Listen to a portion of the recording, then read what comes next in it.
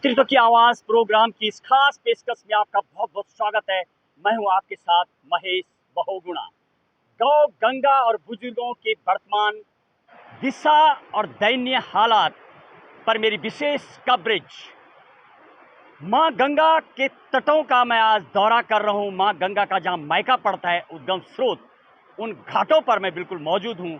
और जहाँ तक मैं गंगा की बात करूं, गौ की बात करूं, बुजुर्ग की बात करूं, तो माँ गंगा का वो जल जिसमें बैक्टीरिया फेज होता है और कभी माँ गंगा का जल खराब नहीं होता, अविरल धारा हमेशा शुद्ध बनी रहती है। और गौ माता का वो गौमूत्र जिसमें कि एंटी कैंसरियोजेनिक होता है और वो भी हमेशा शुद्ध बना रहता है। और बुजुर्गों के जिनकी दूरदृष्टि होती है, उनको लेकर के भी आज देंगे विस्तृत ग्राउंड रिपोर्ट। जहां तक मैं मां गंगा जी की बात करूं, इस मां गंगा की अविरल धारा की बात करूं, आजकल मां गंगा का विशाल स्वरूप देखने को मिल रहा है। कई छोटे छोटे गाड, गदरे और छोटी नदियां मां गंगा में मिल जाती हैं। यूं तो इस मां गंगा में 42 से ज़्यादा नदियां मिलती है। फरक्का बैराज तक जब ये बांग्लादेश चली जाती है पद्मा के रूप में, तो वहां तक। बट आजकल बारिश लगातार धामों में हो रही है और यही कारण है माँ गंगा का विशाल जल रूप। माँ गंगा का जल कभी खराब नहीं होता है।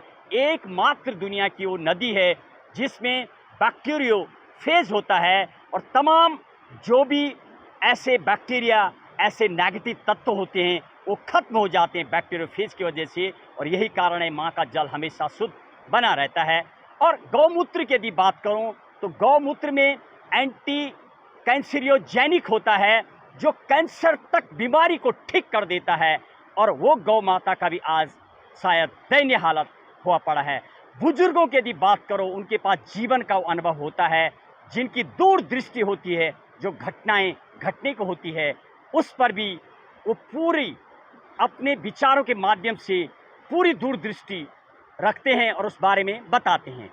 गंगा पे चल रहे नमामि गंगे अभियान, कई अभियान धरातल या मानो बिल्कुल ऐसे लगता है कि मानो माँ गंगा को अवरुद्ध करने के लिए कई बैराज और ऐसे डंपिंग जून नदी के किनारे बूचड़खाने बने हुए हैं जो माँ गंगा को दूषित कर रहे हैं।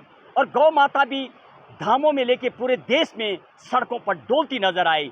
ये एकमात्र 84 करोड़ यूनि में से एकमात्र गौ गंगा का ही वो गौमूत्र है जिसमें कैंसर तक बीमारी को ठीक करने के गुण होते हैं। और यही कारण इसमें एंटी कैंसरियोजेनिक होता है, जिसके कारण वो दवाई के रूप में, और वो गौ माता भी आज सड़कों पे डोलती नज़र आती है।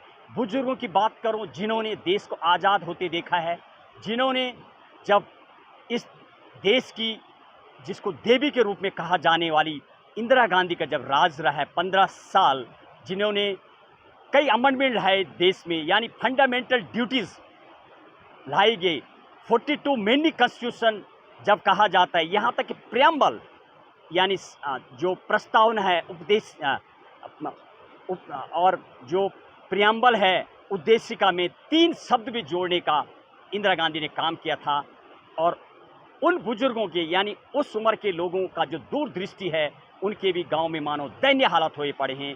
बुजुर्गों के लिए कोई इस तरीके की सुदृढ़ व्यवस्था, कोई ऐसे हॉस्टल नहीं बनाई गई ताकि उनको रिलीफ मिले। देखिए आज गौ, गंगा और बुजुर्गों के दयनीय हालात पर मेरी विशेष कवरेज मेरे सहयोगी प्रकाश स्वांगर के साथ गंगा 24 एक्सप्रेस के लिए महेश बहुगुणा, उत्तरकाशी। जय गंगा माँ, जय हिंद, जय भारत।